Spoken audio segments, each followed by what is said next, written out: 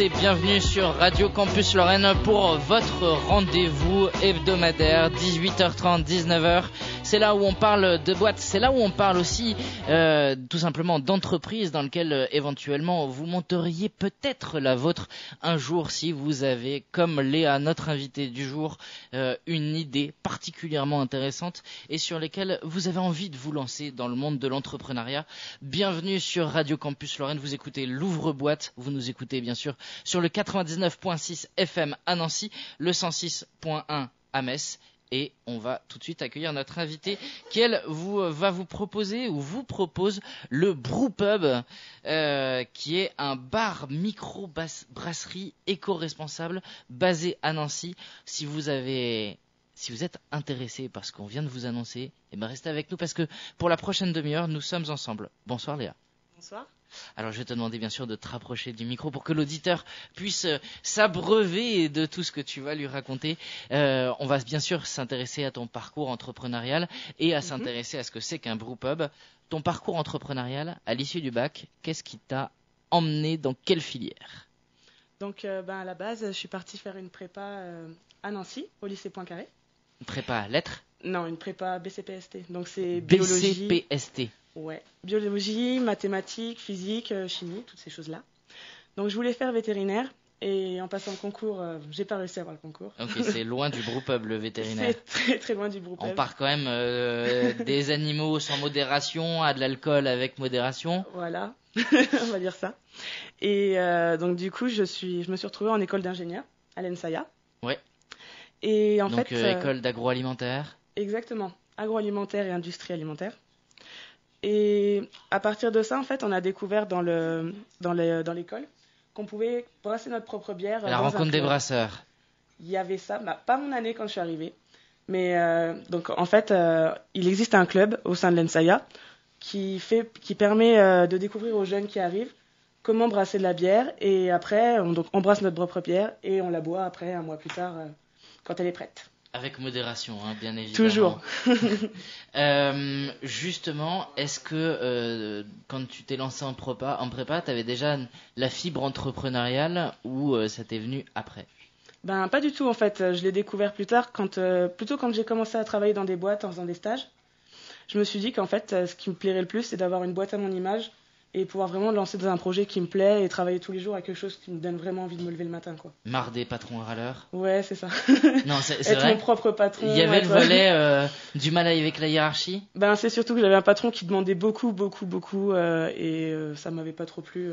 J'aime bien avoir mon temps pour faire mes choses et pas dépendre de quelqu'un, quoi. Et donc du coup, il y a la rencontre avec la bière, il y a la rencontre avec le patronat, et de là tu t'es dit, je veux devenir entrepreneuse. C'est comme ça que ça s'est fait ou il y a d'autres éléments déclencheurs ? Non, c'est ça. C'est vraiment, je me suis dit, pourquoi m'arrêter à travailler dans des grandes boîtes en sachant que ça me plaira pas et pourquoi je ferais pas ce que j'ai envie de faire. Et en réfléchissant à ce qui me plaisait, justement, je me suis dit, pourquoi pas. On en avait parlé en rigolant avec une copine en prépa, plus tard, est-ce qu'on ferait pas notre bière à notre image en proposant à manger, à boire, des choses comme ça. Et je me suis dit, pourquoi pas le faire finalement. Et donc du coup, qu'est-ce qui t'a amené à pousser la porte du PIL ? Comment t'as connu le pôle entrepreneuriat étudiant de Lorraine ? Je l'ai entendu en fait, je l'ai connu plutôt au bouche à oreille. Donc j'ai un étudiant entrepreneur aussi dans ma classe qui s'appelle Florent Hellé, qui produit une boisson qui s'appelle Inouï à base de plantes, et, pour le sport et pour le bien-être. Et en travaillant en fait sur son projet l'année dernière, c'est là que j'ai décidé de vraiment me dire que finalement c'était possible même à notre âge. Et je me suis dit pourquoi pas moi, pourquoi je ferais pas aussi comme lui, que je commencerais pas dès maintenant. Et c'est là que je me suis décidé de m'inscrire au PIL. À notre âge, on sent le stéréotype du il faut être vieux pour monter son entreprise. Ouais. C'est même ça d'ailleurs qui est dommage parce que finalement on se met des limites pour pas grand chose, quoi. Parce que on se dit que ouvrir sa propre boîte c'est bien quand on a 40, 50 ans, alors que finalement c'est peut-être maintenant le meilleur moment pendant qu'on est jeune, qu'on n'a rien à perdre, donc. Bon, allez, tu es prêt au jeu du stéréotype alors. Ouais. Il faut des sous pour se lancer dans une entreprise. C'est sûr. Parce que c'est pour ça qu'on se dit c'est fait pour les 40-50 ans parce qu'ils ont de l'argent de côté et ils peuvent lancer leur boîte. Et toi, dans tout ça moi pour l'instant j'ai pas de sous. T'as pas de sous, mais tu te lances dans l'entrepreneuriat. Donc on peut se lancer dans l'entrepreneuriat sans avoir de sous. Tout à fait, parce que là, pour l'instant, du coup, le but, c'est de chercher du financement, mais ailleurs. Comment? Ben, là, ça va passer, par exemple, par des business angels, des gens qui vont venir me soutenir financièrement, des gens qui ont déjà des entreprises, par exemple. Le Saint-Ange du dollar. C'est beau. Ça va être aussi, du coup, par des campagnes de crowdfunding, donc comment dire, Financement des participatif. financements participatifs, c'est ça. C'est pour ceux qui sont pas bilingues.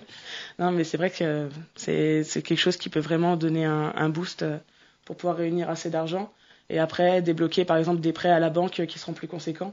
C'est ce qui va permettre d'avoir la base. C'est le deuxième stéréotype. Quand tu montes en entreprise, t'as le nez dans les finances et dans les comptes. Eh ben, il faut un peu, forcément, parce qu'on n'a pas le choix, faut y passer, et il faut passer son temps, une partie de son temps à calculer tout ça pour pas se faire avoir après à l'ouverture.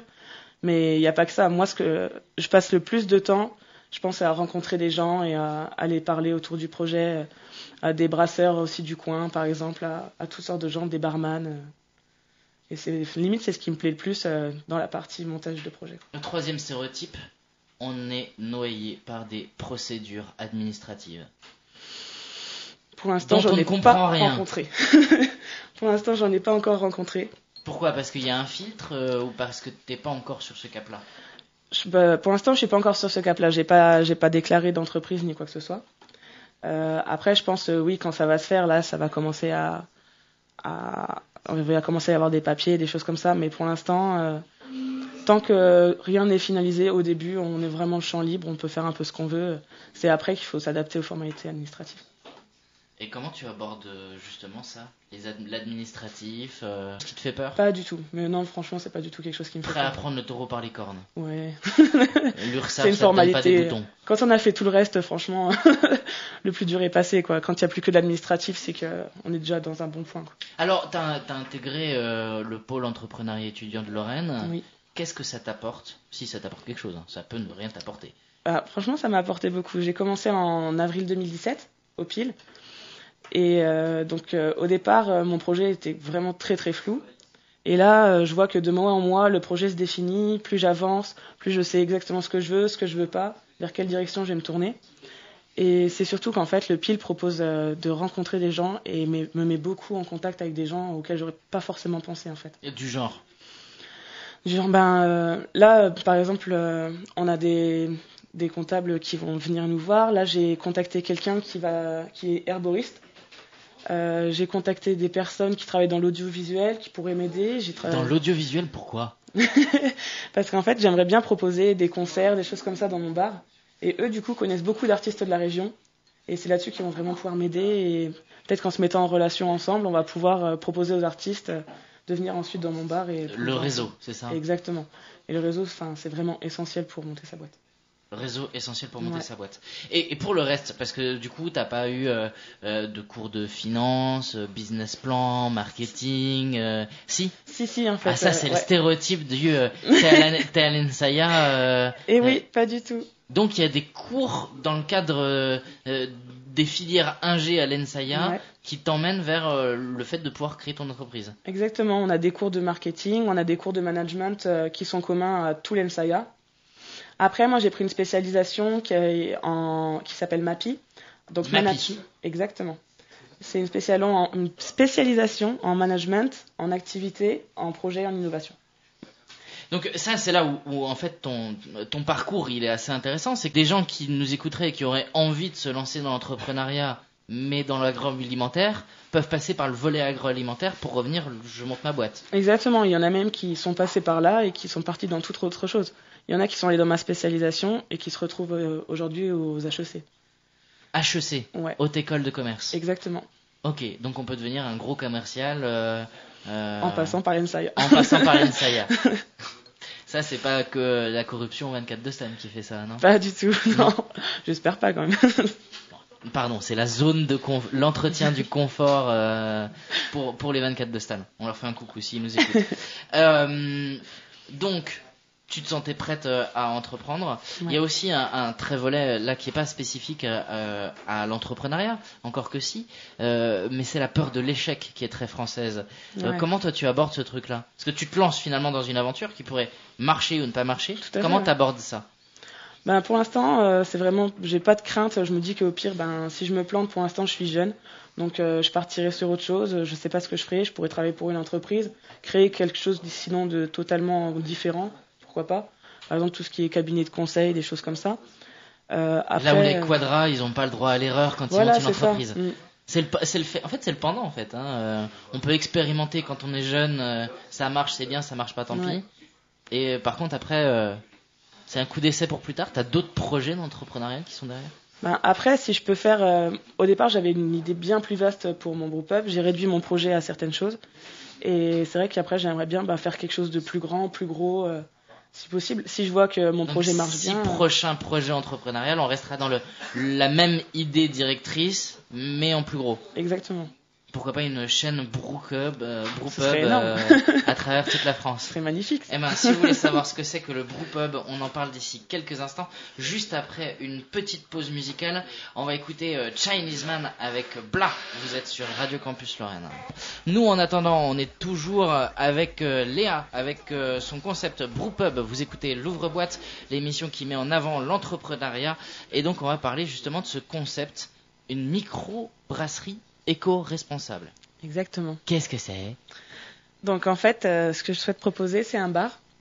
Pourquoi Parce qu'une brasserie, c'est un bar, mais une micro-brasserie. C'est quoi Non, la différence entre voilà. une brasserie et une micro-brasserie? En gros, ce qu'on appelle microbrasserie, c'est vraiment là où on brasse la bière.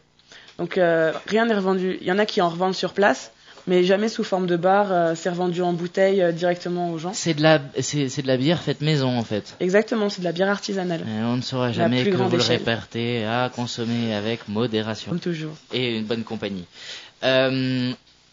Donc, micro-brasserie, ça veut dire que tu vas faire ta bière toi-même. Exactement. Une bière locale. Une bière locale avec des produits locaux. Tous les produits viendront du coin, normalement. Et comment ça se fait que il n'y a pas eu d'autres bières locales? Il y en a quelques-unes des bières locales, mais elles sont pas forcément exceptionnelles. Et en fait, On a plus de bières justement, c'est bien ça le alsaciennes, problème, allemandes c'est ou que- belges. Oui, exactement. Ce qui est connu le plus, c'est vraiment les bières belges et les bières alsaciennes. Mais on a énormément de petits brasseurs en Lorraine. Et le problème, c'est que les gens ne le savent pas, en fait. Et c'est ça qui est dommage. Et c'est ça que j'aimerais proposer aussi dans mon bar. C'est de proposer des bières des brasseurs du coin pour accompagner la mienne. Uniquement. Pas de bière. Aucune bière de belge, aucune grandes bière marques, industrielle. Non. plus ou moins bonnes, on va être honnête. Voilà, Parce qu'il y a des grandes marques qui sont pas bonnes. c'est vrai. Et toi, tu vas proposer que de la bière locale. Exactement. Que des bières des brasseurs du coin. Mais du coup, ça va être plus cher. Eh bien, non, normalement. Puisque finalement, les brasseurs, c'est vrai qu'on peut croire que les bières bouteilles vont être beaucoup plus chères. Mais par exemple, si on regarde dans les magasins, il n'y a pas tellement de différence entre une grande bière. Une bière artisanale et parfois certaines bières qui sont pas très chères. Quand on regarde le prix au litre, on peut être surpris. Pour 1 euro de plus, on peut avoir une très bonne bière. T'es en train de dire que les bars se font de la grosse marge sur nous? C'est le principe du commerce. C'est le principe. Donc ça veut dire que toi, tu vas réduire tes marges. Faut pour faire travailler les artisans, oui, c'est sûr. Je ferais réduire mes marges, par exemple, sur les bières en bouteille. Donc autrement dit, on retrouve le côté éco-responsable là pour le coup. Bien sûr, le but, c'est vraiment, enfin, l'entreprise a vraiment un but coopératif en faisant travailler que les producteurs du coin. Moi, vraiment, mon but principal, c'était ça, c'est de les faire découvrir, c'est de les mettre en avant les produits du terroir que finalement on ne connaît pas, quoi. Ok. Donc il y a le côté micro-brasserie et éco-responsable, on soutient les bières locales et tu veux faire même ta propre bière. Exactement. Il y a le côté bar. Oui. Où? À Artem, normalement. Ah, Malines. Malines, il y a un chantier Du là. côté Artem. d'Artem, oui. Ah ouais, donc étudiant en fait. Plutôt, oui, cible étudiante, oui, Cible étudiante. clairement. Ok, donc si vous êtes dans combien de temps? D'ici juin, voire août 2019. C'est 18 mois. exactement, plus qu'1 an et Tu te demi. laisses 18 mois avant d'ouvrir boutique. Oui, Ok. ça fait court, mais Moi je trouve que ça fait long en tant que consommateur. pour un consommateur, oui, pour moi, franchement, c'est vraiment très court. 18 mois pour prendre l'apéro, ça fait long. Oui, mais après, voilà, l'apéro à la clé. Avec modération bien sûr, sur proche ligne de tram. Oui, Donc c'est celui qui possible. conduit qui peut boire. Tout à fait. Parce que Le but, c'est ça, c'est aussi de celui rentrer qui ne à conduit pied. pas. Enfin, celui qui conduit d'habitude peut ne boire là pour le coup parce qu'il peut rentrer en tram. Tout à fait. Ouais, c'est mieux comme ça. Ouais. Ok. Donc proche ligne de tram. Et t'as déjà le lieu? Alors, j'ai quelques vues sur quelques bâtiments, forcément. Ok, t'es en chasse. Tout à fait. Mais après, il faut voir si dans 2 ans, du coup, enfin dans 1 an et demi, tout sera disponible. C'est surtout ça la question en fait. Mais il faut de l'argent pour acheter un bar. Oui. Tu m'as dit que tu n'en avais pas tout à l'heure. C'est pour ça que je me suis laissé du coup 1 an et demi pour pouvoir avoir le temps de trouver des financements, trouver des gens qui vont me soutenir. Donc tu cherches des financeurs, quelqu'un qui serait co-gérant du bar. Comment ça se passerait du coup? Parce que là du coup tu as un projet, tu as un concept. Et derrière tu vas dire, bah, tiens, il y a des gens, venez participer à mon projet. Oui. Mais tu leur cèdes quoi? Tu leur cèdes des parts? Tu leur cèdes... Comment ça marche? Bah justement, oui, normalement ce serait plutôt des actionnaires. Du coup, à qui ça fait multinational ça. C'est pas joli, hein. C'est ça, des Toi actionnaires. qui voulais pas de patron? Ouais. Ben ouais, mais justement, je vais essayer de me garder la majeure partie des parts, justement, pour avoir le choix complet de ce que je vais faire et pouvoir, si j'ai envie de changer, pouvoir changer comme je le veux et prendre la direction que je veux. Donc tu veux des gens qui mettent de l'argent, mais qui n'aient pas part dans leurs décisions? Ils auront une part dans la décision, mais plus faible que la mienne. Non mais voilà. On évoque le truc, hein. C'est ça. Ça permet d'ouvrir le truc. Et donc du coup, bar, microbrasserie avec que des bières locales. En face d'Artem, on sent le côté étudiant. Oui. Qu'est-ce qu'il y a en plus pour ce bar qui ferait venir des gens? Eh bien du coup, toute la bière est brassée sur place. Et c'est surtout qu'en fait, on peut voir directement le brassage de la bière en direct. Est-ce que moi, client, amateur de bière, je peux être amené à brasser ma bière moi-même? Oui. Genre si j'ai envie d'expérimenter, etc. Oui. Je compte proposer des journées justement ouvertes au public où les gens pourront venir brasser, venir faire la propre bière qui sera ensuite servie dans le bar. Qui sera ensuite servie dans le bar? Bah, juste à la personne. Parce que s'il a fait un mélange qui n'était pas bon... Ah oui, non, faire une bière personnalisée est plus compliqué. Ça, c'est en réflexion. Faire des bières personnalisées selon la personne, c'est en réflexion. C'est un chantier en cours. Faut voir dans quelle optique c'est jouable. Comment on fait pour que les bières, elles aient des goûts différents? Eh bien, finalement, la bière... déjà que toi, tu maîtrises déjà Ben, je maîtrise. Je commence à m'améliorer. T'as déjà expérimenté, t'as déjà exploré le dossier? Ouais, on commence, ouais. Et on met quoi? On met des herbes particulières? On met des sirops? On met... En fait, du coup, tout va beaucoup se jouer. Faut savoir que la bière, finalement, c'est pas beaucoup d'ingrédients. C'est de l'eau, du houblon, du malt et des levures. Donc avec 4 ingrédients, en fait, juste en faisant varier ces 4 ingrédients, on peut avoir des bières tout à fait différentes. Plus de houblon, plus de malt. C'est ça. Moins après de des malts plus ou moins foncés, qui vont permettre du coup de donner un goût ou pas à la bière. Et il y a le type de houblon qui joue, un peu comme le vin, ou ça joue à mort? Ouais, beaucoup. On a justement des houblons qui vont donner de l'amertume, et on a d'autres houblons qui sont aromatiques et qui eux vont donner des goûts, qui peuvent donner des goûts d'agrumes, des goûts de fleurs. On a toutes sortes de goûts maintenant qui sont développés, des houblons qui sont beaucoup développés, et grâce à ça, on peut s'amuser et faire un peu ce qu'on veut, oui. Faire des triples macérations. C'est ça. Il y a ça aussi, oui, ça joue. Donc toi, en termes de... Est-ce que tu veux faire une brasserie, mais avoir des bières locales et avoir un côté bar? Ça veut dire qu'il te faut 2 fois plus de place. Parce qu'il te faut la place pour la brasserie, la place pour le bar. C'est le grand problème aussi, ouais. Je trouve que disons que après le financement, c'est le deuxième plus gros problème. Ça va être de trouver un local qui peut s'adapter à ça. À Artem? Ouais, à Artem. Et t'as des plans là-dessus? Il y a quelque chose il y a quelque chose qui me plaît bien, mais après, voilà, c'est presque trop grand et il faudrait trouver justement des gens avec qui me rassembler pour pouvoir acheter le grand bâtiment qui est. Tu cherches des associés en fait. Si je peux moi, mais j'ai toujours été ouverte à trouver des associés. J'adorerais pouvoir travailler avec des gens. Et des gens qui sont déjà au pile, ou ça pourrait être des gens qui du coup pourraient intégrer pas pile, forcément, non. Ou même des gens qui ont déjà d'autres entreprises. Ah ben je suis ouverte à peu près à tout ce que des gens, dès l'instant que les gens prendront, si je les rencontre, si je vois qu'ils ont le même intérêt que moi pour ces produits-là, les mêmes envies aussi, je suis tout à fait pour m'associer. T'as des profils particuliers que tu recherches? Pas du tout. Non, pas spécialement. Après, c'est sûr que si c'est des profils qui peuvent se compléter, par exemple des gens qui savent bien déjà gérer un bar, ou des gens qui sont très forts en microbrasserie aussi, ça peut se faire. Ou à l'inverse, des gens qui sont très forts en gestion. Des gens qui compléteraient ton profil en fait. Tout à fait. Ok. Donc on est sur une échéance de 18 mois. Ouais. Qu'est-ce qui te manque à part des financeurs et un local pour que ça prenne forme? Qu'est-ce qui te reste à faire dans les 18 mois? Là, pour l'instant, donc du coup, avec l'école, je travaille avec une équipe de 3 filles jusqu'à février. C'est quoi, c'est des stagiaires? C'est pas des stagiaires, en fait. C'est des copines? C'est des copines de ma promo qui travaillent comme projet de. On doit avoir tous un projet sur lequel on travaille pendant 2 dernières années. Type projet tutoré et compagnie. Ouais, dans ce c'est style-là. Le même truc, c'est juste un autre nom. Et en fait, c'est moi qui est leur cliente, qui leur ai proposé mon projet. Elles m'ont rejoint et du coup, elles travaillent avec moi jusqu'à février. Et avec elles, pour l'instant, là, ce qui nous reste à faire pour le moment, c'est l'étude de marché. Ouais. Donc, bien cibler la clientèle, même si on a commencé et on sait déjà vraiment qui on cible. Mais vraiment voir bien les besoins, tout identifier. Et ensuite, après, finir tout ce qui est calcul, financement. Et après aussi, il faut qu'on trouve du monde à regrouper sur les réseaux sociaux aussi. Ouais. Donc le côté communication. Exactement. À cette heure-ci, quel est le pourcentage que ça marche et que ça aille jusqu'au bout? Est-ce que tu as un ordre d'idée? On est sur du 1 sur 2 ou on est sur du 100%? Ah non, je pense qu'on est beaucoup plus que 1 sur 2. Je pourrais pas... C'est vrai que j'ai jamais réfléchi à cette question, mais pour l'instant, je trouve que c'est bien parti. J'ai des gens déjà derrière moi. Je sais que je vais pouvoir encore en démarcher. Je peux rencontrer facilement des gens, donc j'ai pas peur que le projet évolue dans le bon sens, je pense. Donc non, je pense qu'il y a 80-90% de chances d'aboutir. Ah ouais, c'est déjà pas mal là. Oui. Ok, et pendant combien de temps tu es encore accompagné par le PIL? Eh bien là, je suis accompagné du coup jusqu'à la fin de l'année scolaire encore par le PIL. Donc jusqu'à juin? Ouais. Et je renouvelle pas un contrat, mais l'année prochaine, j'aimerais m'inscrire en tant qu'étudiante entrepreneur encore une fois. Ouais. Et donc pour passer le DE, donc le diplôme étudiant entrepreneur, qui me permet du coup de garder mon statut étudiant encore 1 an, ouais. De me faire encore accompagner par le PIL jusqu'à ce que le projet soit tout prêt, tout beau. Et puis d'avoir le vrai diplôme, je suis diplômé étudiant entrepreneur. C'est vrai aussi. Ouais. Ok. Quel conseil t'aurais envie de donner à un étudiant qui se dit l'entrepreneuriat, ça me tente, mais je suis pas sûr que je peux? Bah franchement, c'est ce que je me suis dit aussi au début. Je me suis dit quand même, l'entrepreneuriat, ça fait peur.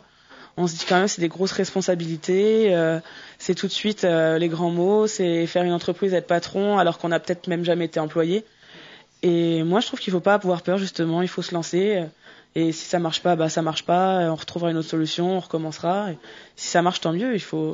Pour le savoir, il n'y a qu'une seule solution, il faut se lancer. Merci Léa d'avoir répondu à nos questions. Vous l'aurez compris, si vous avez envie de boire de la bière locale, même faite sur place éventuellement, c'est un bar microbrasserie éco-responsable qui normalement devrait arriver courant de l'année 2019. Restez bien sûr à l'écoute de Radio Campus Lorraine. J'imagine que on vous tiendra au courant le jour où le Brewpub ouvrirait du côté d'Artem, peut-être. Merci de nous avoir suivis. Une émission bien sûr à réécouter en podcast. Tout de suite, c'est Etusport qui eux éliminent l'alcool que vous auriez consommé sans modération et c'est pas bien. On vous le rappelle, l'alcool est dangereux pour la santé et pour la peine, on va vous faire écouter Smokey Joe and the Kid Prohibition 2 avec Yoshi. Vous êtes sur Radio Campus Lorraine. Tout de suite.